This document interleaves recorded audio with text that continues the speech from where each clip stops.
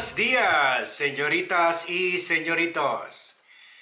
Tila'y binitawan na rin o tina'y nilaglag na rin ang magaling na si Baguio City Mayor Benjamin Magalong.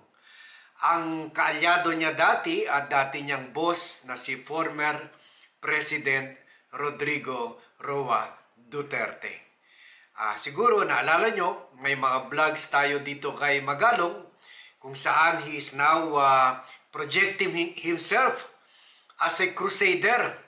Lalo na when he delivered a speech, after he delivered a speech dyan sa PNP headquarters, kung saan binanata niya yung Marcos government dahil nire-require na ito or inaalis ito ang policy ni Duterte kung saan binibigyan ng chance yung mga military at police na hindi magbayad ng contribution nila for their pension and retirement funds. Actually, hindi man ito original policy ni President Duterte. Nagsimula pa ito sa panahon ni President Fidel V. Ramos. Kumbaga, we cannot put all the blame kay President Duterte. Kaso lang kay Ramos, calculated move ang ginawa niya kasi maliit lang sweldo ng mga military, police at uniform personnel. Kasing liit ng mga teachers, nurses, other professionals and government officials. Kaya sinabi niya dapat meron special favor, special consideration doon sa binubuwis yung buhay nila. Okay rin naman. Agree tayo dyan.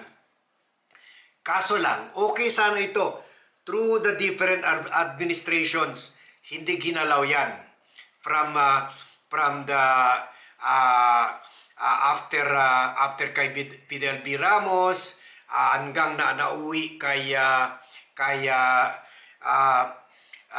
Noynoy Aquino, President Noynoy Aquino, inaobserbahan yan. Binibigyan ng honor yung PNP, Army, and other uniform personnel not to give their contributions kagaya ng lahat natin na membro ng SSS at GSIS. Na-komplika lang yung sistema na yan or yung pabor na yan nung dumating si President Duterte na takot na matanggal siya sa pwesto kagaya ni former President Marcos Sr., Ferdinand Marcos Sr. at saka si former President Joseph Estrada. Ang ginawa niya, tinaas almost 3 times pa nga ginawa niya yung sweldo ng police at ng AFP at ng ibang uniform personnel. To such extent na bahagya sila, biglang tumaas ng napakalaki kumpara sa mga ordinaryong empleyado ng gobyerno, ordinaryong empleyado ng salaried personnel ng private sector. To the extent na kung baga ang private sector ay tumatanggap lang ng 4,500 to 5,000 average sa SSS monthly sa retirement and pension nila, pero or umaabot yung iba sa gobyerno umaabot ng 13 or yung mga nasa director position umaabot ng 40. Ang military, ang pinaka-basic ay 40,000 and then umaakyat pa sa 200,000 plus sa mga generals, sa mga colonels. Kasi automatic rin na pag-retire nila, they are elevated to their next rank. Kung nag-retire ka colonel, ang kwan mo, ang rango mo sa retirement benefits mo ay 1-star general. So, ganun rin kataas yung salary mo. So, kaya, nung dumating yung Marcos government, sabi nila, tanggalin natin ito kasi umaabot na ng 300 billion yearly noon, nung time ni Duterte, ang abono natin dyan, at aabot na yan ng 1 trillion. Hindi magtagal, 1 trillion yearly na ang abono natin dyan sa dami ng military and police personnel and officers natin. So isipin nyo, 1 trillion a month.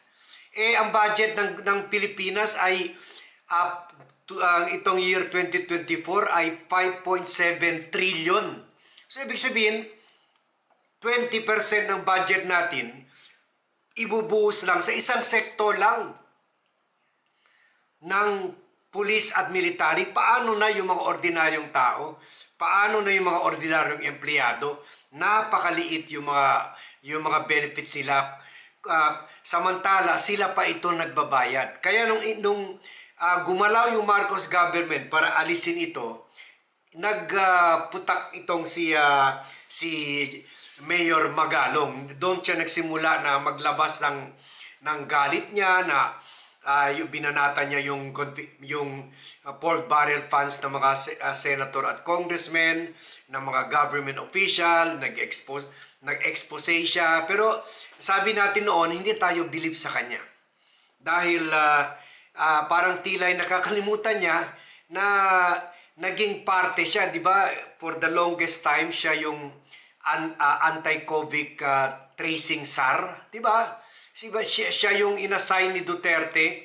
Kumbaga, concurrent as mayor, siya rin ang general na gumagawa ng contact tracing. In fact, tayo lang ang bansa sa buong mundo kung saan generals ang namumuno sa anti-COVID campaign. Puro mga generals. Sila Galvez, lahat yung anti-COVID SAR. So kumbaga kasama sa ng mga elite group of generals na sinabi natin nagbigay sa atin ng general problem. Na kasama na yung mga generals na mumuno dyan sa PhilHealth kung saan nagkaroon ng 15 billion na losses at ninakawan ng mga generals during the time of Duterte. So sabi natin, itong mga generals of which Magalong was part of, they didn't really do good for the country, and yet pinilit ilagay ito sa pwesto ni Duterte. Ganun rin sa pagsipsip niya sa kasundaluhan para hindi siya tanggalin sa pwesto. So kaya hindi tayo bumilib dito kay Magalong. Pero ngayon, medyo naiba ng pananaw natin kay Magalong kasi sabi nga natin noon, sana banatan rin niya yung dating boss niya. Bakit ba napunta tayo sa ganitong sitwasyon na hindi natin kaya ng bayaran yung mga pension o tustusan yung mga pre-pension ng military at police? Dahil ito partly sa laking utang na iniwan ng boss ni Magalong sa atin na 13 trillion na wala naman tayong nakinabang doon. Wala naman natin nakita na napuntahan ng matino yung 13 trillion na yun. Pero ngayon, at least may statement si Magalong na medyo naiba yung paningin ko sa kanya. Kasi ngayon, parang tilay nilalaglag na niya si former President Duterte kung saan minamaliit na niya yung sinasabi parati ni Duterte. Kasi si Duterte lang man maingay dyan na meron daw destabilization plot, may nakausap daw siya ng mga retired generals, mga active generals and colonels na gusto na daw gumalaw para tanggalin si President Bongbong Marcos sa pwesto. At hindi lang nga niya sinasabi sa atin yan, ginagatungan rin niya ang mga ito na para mag-military takeover, mag-revolusyon, mag-takeover sa function ng COA at saka ng ombudsman. Pero ngayon, in the face of all of these coup talks, sinabi ni Magalong na kulang na sabihin niya, parang wala na ata sa katinuan si Duterte kasi sa pananaw niya, wala siya nakikita. Kumbaga, kulang na sabihin niya, gawa lang niya ng dating boss niya. At dininay niya na meron talagang galawan ng kudeta. Na tulad ng parating sinasabi ni Duterte sa mga interviews niya sa radio, sa TV program niya sa SMNI. Sabi ni Magalong ngayon, sabi niya, sa tingin ko, yung destabilization na sinasabi nila siguro, salita lang, sama ng loob, pero walang concrete na galaw talaga. So yun, in short, he is contradicting the statement of former President Rodrigo Roa Duterte na sinasabi marami na talaga nagagalit dyan sa military. Ito nga sa kanya, yung mga kwan daw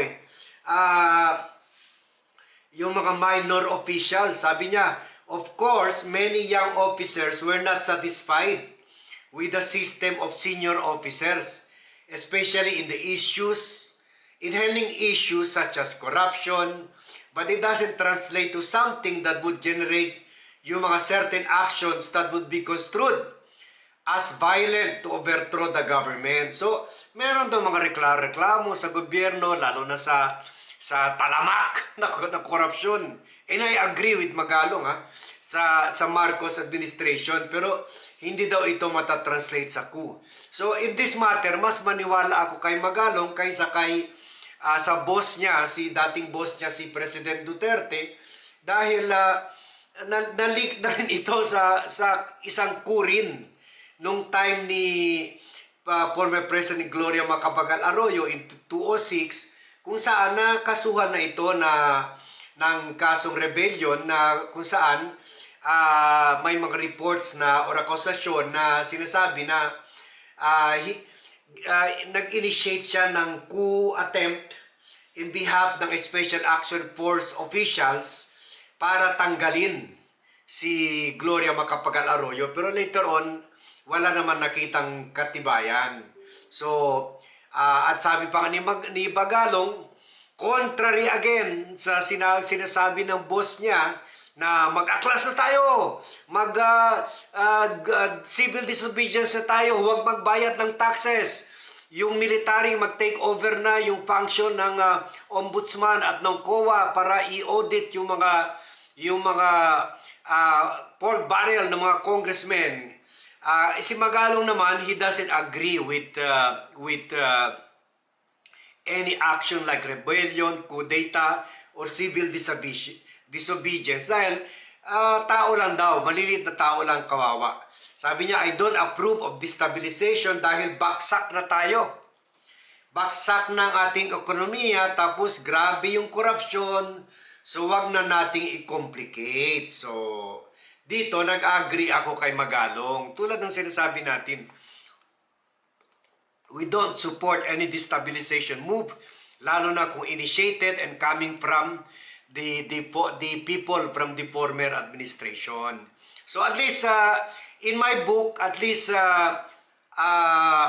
na kahit papaano, Magalong has finally proven na willing na siya umalis sa palda ni former President Rodrigo Roa Duterte, willing na siya umalis at willing na siya kontrahin yung dating boss niya. Akala natin very loyal siya sa boss niya at gawin nyo pa yan, Mr. Mayor, upakan nyo rin para fair, upakan nyo si Marcos, upakan nyo rin ang dating administrasyon kung saan naging haligi kayo ng gobyerno na yan. So at least parang na-redeem ni Magalong yung sarili niya sa mata ng taong bayan. O, kumbaga naitaas niya yung credibility niya as a reformist mayor. So sana tuloy-tuloy niyo gawin yan. Be fair to all. Kung may sala, expose them. So hanggang dito lang muna tayo. We will be keeping watch on this issue ng coup d'etat at syempre mga reformist mayors like Magalong. So thank you very much for watching. Don't forget to share this vlog to friends and relatives and tell them to subscribe to the Vlogcaster Armadin YouTube channel. And I'll be seeing you in my next vlog.